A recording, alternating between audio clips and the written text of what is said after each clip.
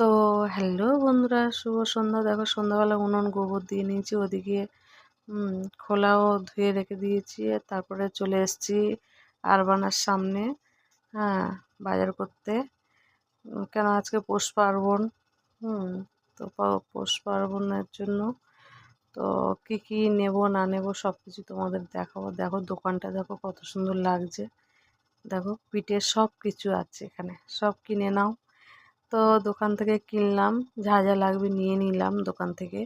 তো দেখো কত সুন্দর খোলা ধুয়ে রেখে দিয়েছিলাম, আর ওদিকে নারকেল কুড়ে রেখে গেছিলাম। নারকেল কুড়ে খোলা ধুয়ে রেখে তারপর বাজার করতে গেছে। তো 3 রকমের গুড়, এই যে ঢেলা গুড় বলে, এটা আখের গুড়, আর এই যে এটা খেজুরের গুড়।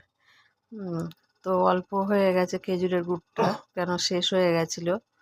তো লাস্টে যে যতটুকুনি ছিল নিয়ে এসেছি। তারপরে এই যে চালের গুঁড়ি, আর এটা টোস্ট, তারপরে চিনি, দুধের প্যাকেট, এগুলো নিয়ে এসেছি, আর সাদা তেল।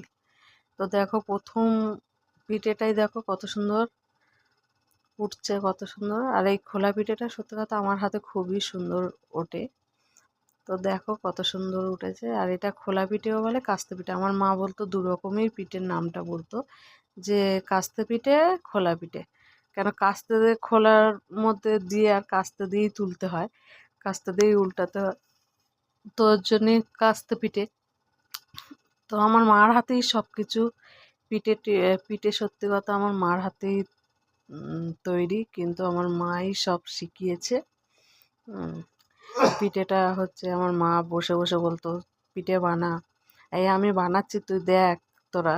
তো আমরা দেখতাম, দেখে দেখে পরের বাড়ি যখন যাবি তখন পিঠে করবি, আমি যখন থাকবো না। সত্যি আজকে আমার মা নেই, তো দেখো পিঠে করলাম।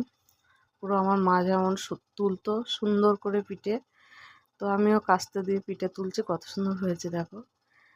তো এই কারণ মায়ের কথা খুব মনে পড়ে এই পিঠে বাটার সময়। তো দেখো নারকল ছাই